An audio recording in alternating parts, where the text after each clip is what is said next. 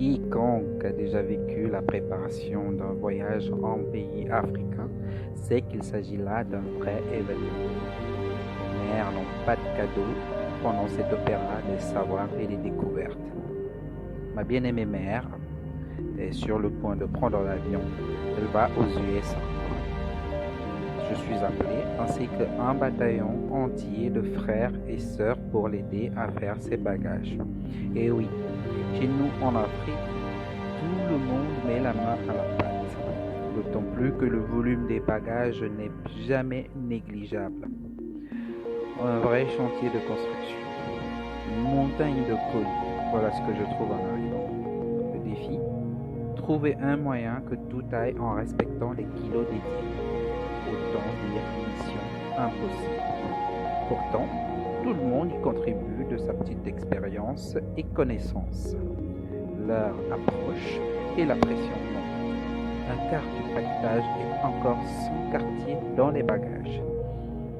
Finalement, et voyant qu'il ne reste que 20 minutes pour être à l'aéroport pour enregistrement et autres formalités d'avant-vol, une décision est prise.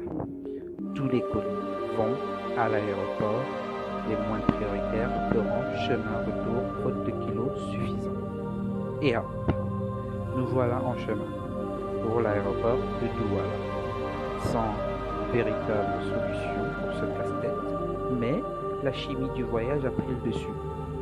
Et nous allons d'anecdote en anecdote et de fou rire en fou rire durant tout le trajet. C'est sans compter les 2 heures que nous nous apprêtons à passer en compagnie des bagagistes à l'aéroport.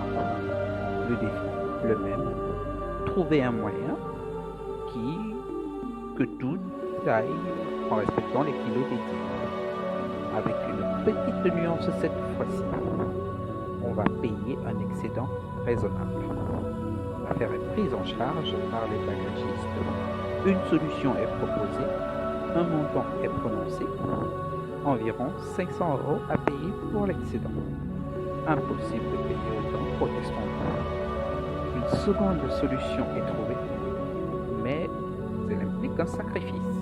Il faut retirer des kilos.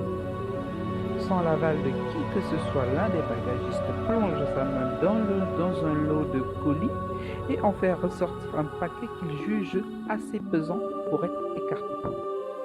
Il s'agit d'un paquet de feuilles de légumes vertes et comestibles appelées ndolé au Cameroun. C'est une erreur monumentale. Tout sauf le ndolé. La voyageuse persiste et signe.